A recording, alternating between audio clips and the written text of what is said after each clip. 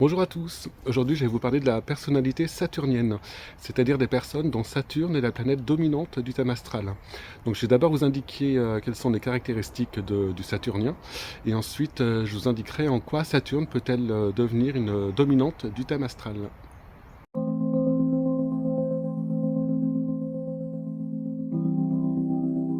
Alors qu'est-ce qu'une personnalité saturnienne? Je vous décris bien sûr l'archétype du Saturnien, de Saturnien pur, en imaginant une personne dont Saturne est la seule planète dominante du thème. S'il y a plusieurs dominantes, on aura bien sûr un mélange de caractéristiques données par des planètes concernées. Donc la personne fortement marquée par Saturne, c'est quelqu'un de responsable, rigoureux, qui fait tout ce qu'il entreprend avec beaucoup de conscience. C'est un perfectionniste, il est soucieux de bien faire. Il est plutôt introverti, il a besoin de calme, de tranquillité, de moments à lui.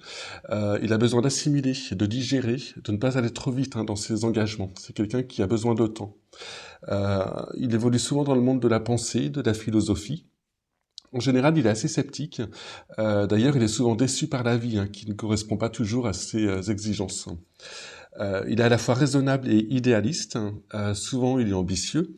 Ou au contraire, dans le renoncement. Donc ça dépend du reste du thème. Il est toujours dans le contrôle de ses émotions, dans la maîtrise, d'où une certaine froideur ou une insensibilité qui peut être perçue par les autres. Mais c'est bien sûr qu'une apparence.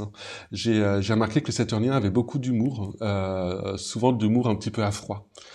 En général, le Saturnien met du temps à savoir qui il est. Ça se passe souvent entre 22 et 30 ans, entre le carré descendant et l'opposition de Saturne à sa position natale. Donc il est assez influencé par le cycle de Saturne.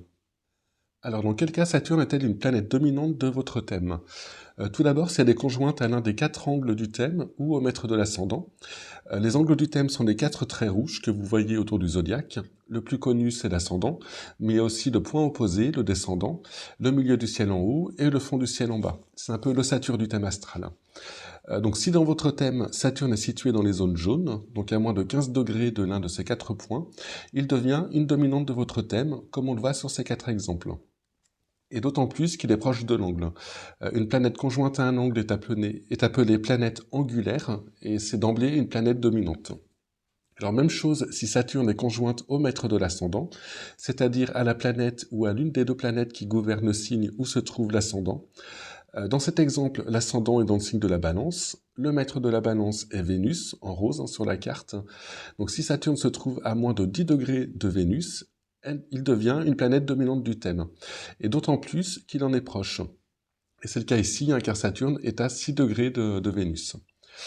Alors Saturne sera aussi très important dans votre thème s'il est conjoint à l'un des deux luminaires, c'est-à-dire au Soleil ou à la Lune, donc situé à moins de 10 degrés, comme on le voit ici. En l'absence de planète angulaire dans votre thème, il deviendra la planète dominante. Et enfin, Saturne sera également important dans votre thème si vous avez un amas planétaire, donc plusieurs planètes, dans le signe du Capricorne. C'est l'un des deux signes qui est gouverné par Saturne, le second étant le Verseau, qui est gouverné par Saturne et Uranus. Alors c'est le cas dans cet exemple avec 5 planètes en Capricorne, je les ai mises en violet. Donc en l'absence de planète angulaire ou de planète conjointe au maître d'ascendant, euh, ou à la Lune ou au Soleil, elle peut même devenir la planète dominante du thème. Alors, je vais vous montrer maintenant deux personnalités avec un Saturne dominant dans leur thème astral. Donc, on a tout d'abord la reine Elisabeth II. Donc, on voit que Saturne est piqué sur le milieu du ciel, donc dominant. Alors, Saturne est aussi carré à Neptune et à la conjonction Mars-Jupiter, qui sont eux-mêmes en opposition.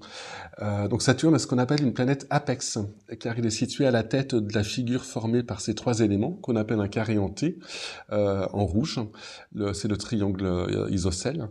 À noter que Pluton est aussi une planète dominante dans son thème, car elle est conjointe au descendant. Alors je vous mets le lien en haut vers la page de mon site où je prends son thème en exemple pour expliquer comment dégager le fond du thème, le contexte général du thème astral, pour éviter les erreurs d'interprétation. Donc je parle un petit peu plus de son thème sur cette page.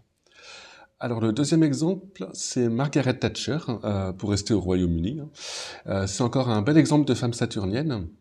On la surnommait la dame de fer. Alors dans son thème, Saturne est en conjonction étroite à son ascendant Scorpion. Alors dans son thème, la dureté apparente, la force morale qu'on lui connaît, viennent aussi de sa conjonction Soleil-Mars, conjonction apex, car située là encore à la tête du double carré, à l'opposition Jupiter-Pluton. Donc là encore, nous avons une configuration en carré en T, comme chez la reine d'Angleterre, et on voit que ce ne sont que des planètes masculines. Et Mars et le Soleil sont un point qui est renforcé dans son thème par le fait qu'ils sont à la tête de ce carré en T. Donc là encore, ce sont des planètes apex. Donc là, on voit le côté revendicateur, la grande capacité à se battre, à se confronter à une classe politique masculine et une classe ouvrière qui ne la portait pas franchement dans son cœur. Alors, pour autant, on repère aussi dans son thème une partie d'elle qu'on lui connaît moins, ou qu'on ne lui connaissait pas d'ailleurs. Nous avons la Lune et Neptune au milieu du ciel, donc également des planètes dominantes. Vénus en maison 1, qui est carrée à cette conjonction Lune-Neptune.